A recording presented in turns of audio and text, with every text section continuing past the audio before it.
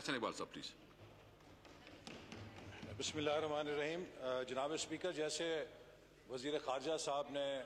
تفصیل کے ساتھ بتایا جو واقعہ کینیڈا میں رونما ہوا ہے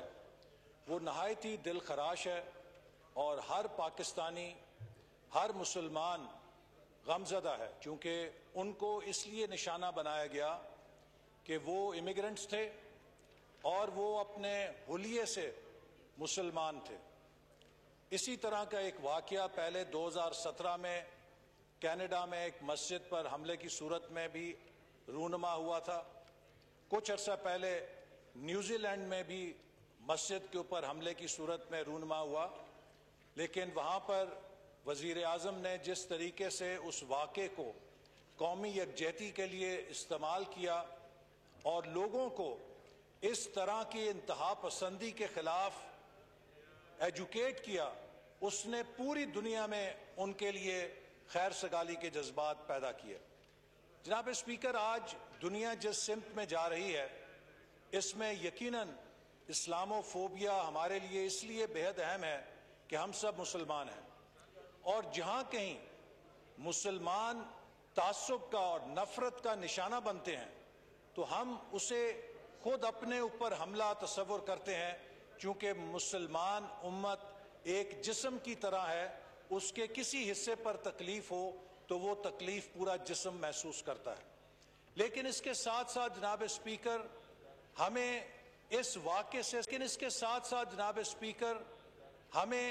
اس واقعے سے سبق بھی سیکھنا چاہیے کہ جس طرح کینیڈا کے اندر ایک مسلمان خاندان جو وہاں پر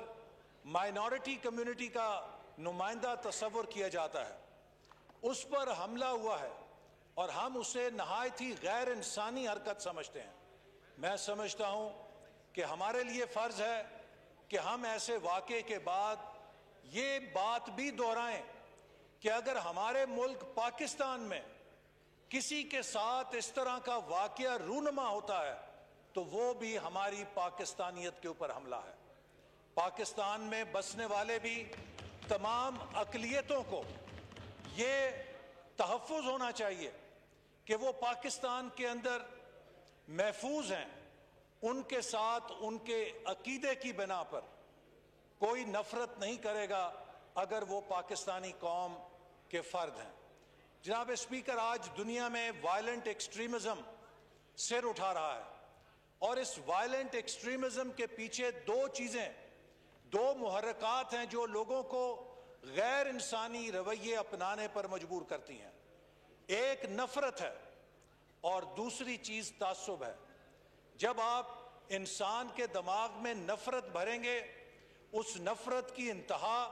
اس کو وائلنٹ بیہیویئر کی طرف پش کر دیتی ہے. اگر آپ لوگوں کے دماغوں میں تعصب بھریں گے تو اس عصبیت اور تعصب کا انتہا جو ہے وہ بھی لوگوں کو ایکسٹریم بیہیویئر کی طرف اور وائلنٹ بیہیویئر کی طرف لے جاتا ہے. اور میں خود اس بات کو دہرانا نہیں چاہتا، میں بھی اس ایوان کا شاید ایک واحد ممبر ہوں جو وائلنٹ ایکسٹریمزم کا نشانہ بن چکا ہے. اس لیے جناب اسپیکر، جہاں پر ہم بین الاقوامی سطح پہ کوشش کریں کہ دیگر اسلامی ممالک کے ساتھ مل کر دنیا کو ایجوکیٹ کریں کہ اسلام کے خلاف نفرت کسی بھی شکل میں جو روا رکھی جاتی ہے وہ تہذیب کے ان دعووں کی نفی ہے جن کو کیا جاتا ہے مغرب کی طرف سے کہ وہ بہت سویلائزڈ سوسائٹیز ہیں. میں اکثر یہ سوچتا ہوں کہ آج یورپ کے ممالک میں جو مسلمان خواتین کے اوپر ان کے لباس کے اوپر پابندیاں لگائی جا رہی ہیں وہ کس طرح ان پابندیوں سے فرق ہیں کہ جو افغانستان کے اندر جب طالبان خواتین پہ لگاتے تھے تو مغرب کے جو مفکر ہیں وہ کہا کرتے تھے کہ فری ول اور فری چوائس کی یہ نفی ہے، خواتین کو یہ آزادی ہونی چاہیے کہ وہ اپنی مرضی کے مطابق اپنے لباس کو اختیار کر سکیں. وہی مغربی مفکر جو افغانستان کے اندر یہ درس دیا کرتے تھے آج نہایت ہی ڈٹائی کے ساتھ یورپ کے ممالک میں جب مسلمان خواتین کے حجاب کرنے پہ پابندی لگائی جاتی ہے تو اس کو ڈیفینڈ کرتے ہوئے نظر آتے ہیں۔ یہ وہ دو عملی ہے کہ جس کی بنا پر آج انسانیت نفرت اور تعصب کے اندر تقسیم ہوتی جا رہی ہے۔ تو جناب اسپیکر، ہم قومی اسمبلی کے ناطے جہاں پر یہ OIC کی سطح پر کام کریں گے، میں یہ تجویز دینا چاہوں گا کہ اس ایوان کا جو منتخب نمائندہ ہے، اس کا فرض ہے کہ یہ دنیا کی دیگر منتخب پارلیمنٹس کے ساتھ مل کر اسلامو فوبیا کے خلاف اور وائلنٹ ایکسٹریمزم کے خلاف انیشیٹو لے، چونکہ ان معاشروں کے اندر جو رویے پنپ رہے ہیں، ان رویوں کی سرکوبی وہاں کے منتخب نمائندے کر سکتے ہیں۔ یہ رویے، یہ سماجی رویے حکومتوں کے ذریعے ان کی اصلاح نہیں ہو سکتی۔ میں سمجھتا ہوں کہ جو عوامی نمائندے ہیں، چاہے وہ یورپ کے اندر ہیں، چاہے وہ امریکہ کے اندر ہیں، چاہے وہ آسٹریلیا یا نیوزی لینڈ کے اندر ہیں، وہ کسی بھی جمہوریت کے اندر ہیں، لہٰذا میری تجویز ہوگی کہ پاکستان کی قومی اسمبلی کو انٹرنیشنل پارلیمنٹری یونین کو دعوت دینی چاہیے اور اسلامو فوبیا کے اوپر ایک بین الاقوامی پارلیمنٹیرینز کی کانفرنس بلانی چاہیے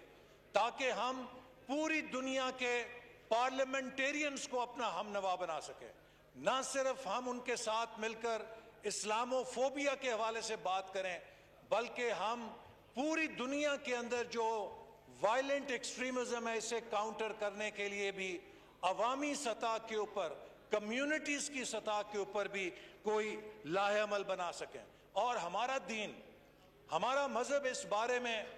اتنا شاندار روایات کا حامل ہے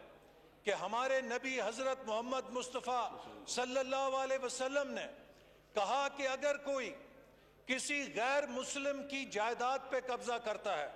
اگر کوئی کسی غیر مسلم کے حق پہ ڈاکہ ڈالتا ہے، تو قیامت کے دن اس کی طرف سے میں مقدمہ دائر کروں گا اور میں اس کی آواز بنوں گا۔ جس مذہب کے پیغمبر نے اور رسول صلی اللہ علیہ وسلم نے یہ درس اور یہ تعلیمات دی ہوں، تو مجھے یہ بھی کہنے میں کوئی قباحت نہیں ہے کہ ہمارا بھی فرض ہے کہ ہم بھی اپنے ملک کو ایک مثال بنائیں کہ جہاں پر کسی اقلیت کے ساتھ کسی قسم کی ناانصافی اور ظلم نہ ہو سکے۔ جناب اسپیکر،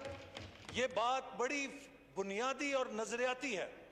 ہم نے جو بھارت سے آزادی لی تھی، ہم نے کیوں بھارت سے آزادی لی تھی؟ بھارت سے ہم نے آزادی اس لیے حاصل کی تھی کہ بحیثیت مسلمان ہمارا یہ مطالبہ تھا اور ہمارا یہ مشاہدہ تھا کہ اس یونائٹڈ انڈیا کے اندر مسلمان بحیثیت اقلیت محفوظ نہیں ہے۔ مسلمانوں کے سیاسی حقوق، ان کے معاشی حقوق، ان کے معاشرتی حقوق محفوظ نہیں، لہٰذا ہم نے مطالبہ کیا کہ چونکہ یہاں پر ہمیں بحیثیت اقلیت تسلیم نہیں کیا جاتا، ہمیں علیحدہ وطن دیا جائے۔ جناب speaker, by token of same demand جو ہم نے بحیثیت اقلیت کی تھی، ہمارا فرض ہے کہ پاکستان کے اندر کوئی اقلیت خود کو غیر محفوظ نہ سمجھے اور ہم دنیا کے اندر اقلیتوں کو ان کے حقوق دینے میں ایک مثالی ملک بن سکیں۔ میں پھر آخر میں اس خاندان کے ساتھ ہمدردی کا اظہار کرتا ہوں، اپنی جماعت کی طرف سے بھی، تمام اہل پاکستان کی طرف سے، اور میں امید کرتا ہوں کہ وزیر اعظم کینیڈا اس کے بارے میں کینیڈا کے اندر ایسے واقعات کی روک تھام کے لیے اسی طرح کا مثالی کردار ادا کریں گے جیسا کہ نیوزی لینڈ کی وزیر اعظم نے کیا تھا۔ اور میں پھر اس تجویز کو دہراؤں گا کہ پاکستان کی قومی اسمبلی کو انٹرنیشنل پارلیمنٹری یونین کے ساتھ مل کر ایک عالمگیر کانفرنس، بین الاقوامی کانفرنس بلانی چاہیے تاکہ ہم دنیا کی تمام پارلیمنٹس کو اسلامو فوبیا کے مسئلے پر اپنا ہم نوا بنا سکیں۔